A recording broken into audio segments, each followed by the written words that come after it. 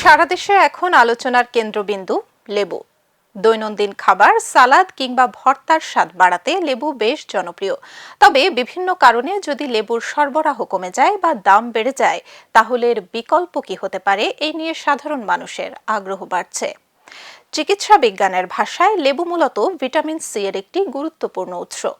এতে রয়েছে vitamin C, antioxidant, citric acid, সামান্য পটাশিয়াম। ভিটামিন সি শরীরের রোগ প্রতিরোধ ক্ষমতা বাড়ায়, ত্বক সুস্থ রাখে এবং হজম প্রক্রিয়ায় সহায়ক ভূমিকা পালন করে। লেবুর বিকল্প কি হতে পারে? বিশেষজ্ঞদের মতে, লেবুর মূল উপকারিতা যেহেতু ভিটামিন সি থেকে আসে, তাই একই পুষ্টিগুণ পাওয়া যায় এমন অন্যান্য ফল ও খাবার বিকল্প হিসেবে খাওয়া যেতে পারে। যেমন কমলা ও মাল্টা ভিটামিন সি সমৃদ্ধ ফল। আমলকিতে লেবুর চেয়েও বেশি ভিটামিন সি রয়েছে।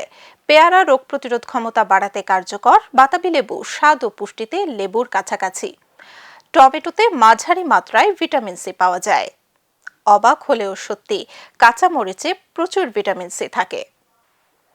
পুষ্টিবিদদের মতে শুধু লেবুর উপর নির্ভর না করে প্রতিদিন বিভিন্ন ধরনের ফল ও শাকসবজি খাওয়াই সবচেয়ে ভালো উপায়। ভিটামিন সি পানিতে দ্রবণীয়, তাই নিয়মিত খাদ্য তালিকায় রাখা উচিত। তবে অতিরিক্ত লেবু খেলে অ্যাসিডিটির সমস্যা হতে পারে বলেও সতর্ক করেছেন চিকিৎসকরা।